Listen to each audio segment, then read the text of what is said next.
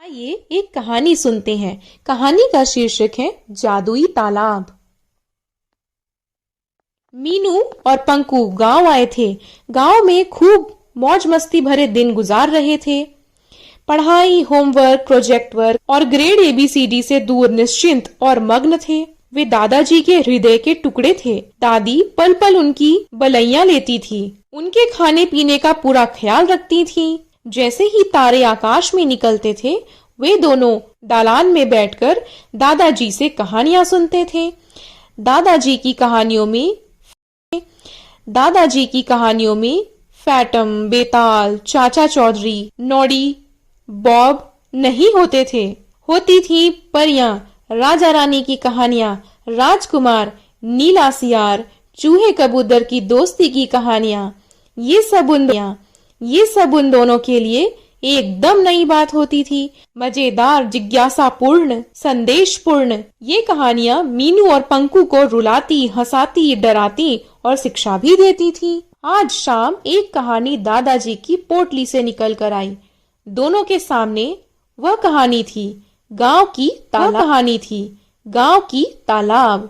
दादाजी ने सुनाना शुरू किया। गांव के शिव मंदिर वाला तालाब देखा है ना? उसकी कहानी सुनो जो मैंने अपने दादाजी से सुनी थी। मीनू और पंकु की आंखें फैल गई। दादाजी की कहानियां चलती रहीं। कहते हैं अभी इस तालाब को बगल के बगीचे में उतरी परियों ने एक ही रात में खोद दिया था। सुबह हुई तो यह देखकर गांव के लोग चकित रह गए। इतना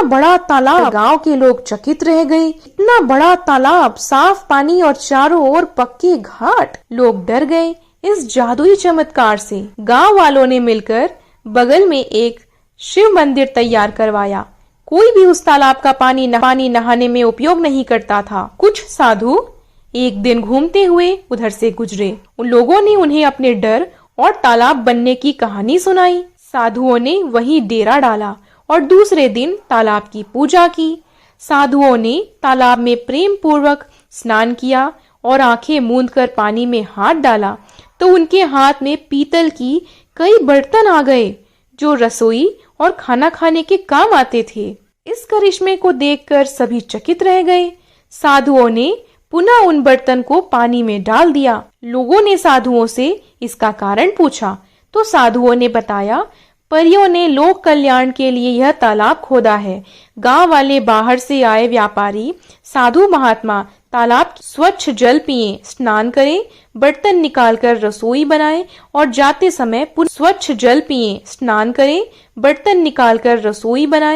जाते समय पुनः बर्तन को पानी में रख दें। किसी ने एक बर्तन की भी चोरी की तो फिर तालाब में कभी कोई बर्तन नहीं मिलेगा और तालाब सूखता चला जाएगा। कई वर्षों तक ऐसा ही हुआ।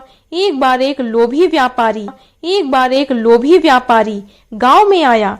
जाते समय वह तालाब से बर्तन लेता गया। तब से यह तालाब छोटा होता गया, इसका जल गंदा होता गया, घाट टूट गए, ये किसी उपयोग के योग्य नहीं रहा। कहानी सुनकर मीनू और पंकु बहुत दुखी हुए।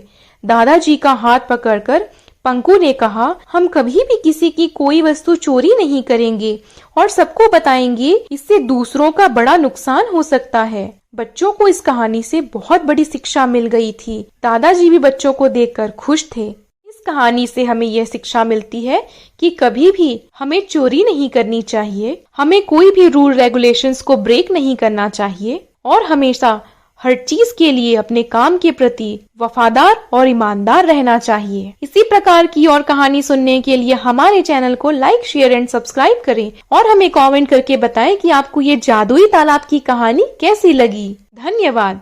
जय हिंद, जय भारत। कहानी सुनकर मीनू और पंकु बहुत दुखी हुए।